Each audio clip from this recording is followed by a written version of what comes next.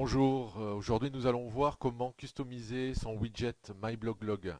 Vous pouvez voir déjà un exemple sur mon blog où on fait apparaître un fond blanc avec les petites vignettes des lecteurs MyBlogLog.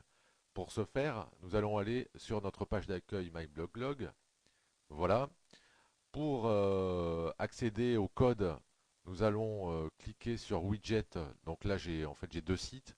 Je vais sur le site concerné, donc je clique sur Widget.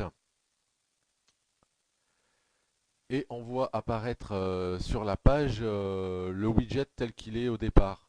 On peut le customiser en différentes couleurs, par exemple en bleu, en rouge, mais pas de blanc, rien du tout.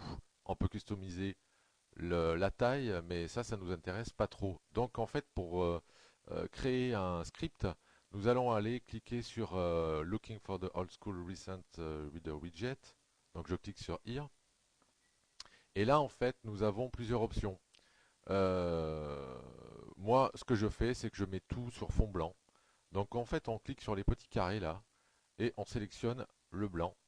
Là, j'ai déjà du blanc. Je mets encore du blanc. En fait, je me prends pas trop la tête avec ça, hein. Voilà. Là, en fait, on a tous les fonds. On a du fond blanc.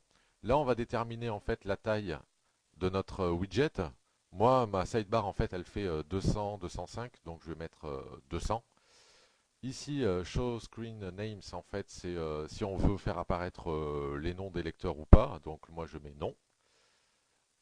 Et Full Size, Half Size, ben, c'est soit des grandes images, soit des petites images.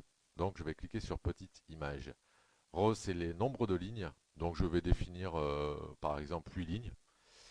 Recent Reader, c'est le titre. Moi, j'en mets pas. Voilà, j'efface. Pour obtenir le code, il suffit de cliquer sur ce bouton-là.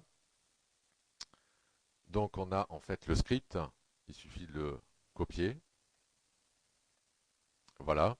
On retourne sur notre blog et en fait il suffit d'aller sur l'admin. On fait un copier-coller et voilà le travail. Voilà, c'est tout pour aujourd'hui. À bientôt.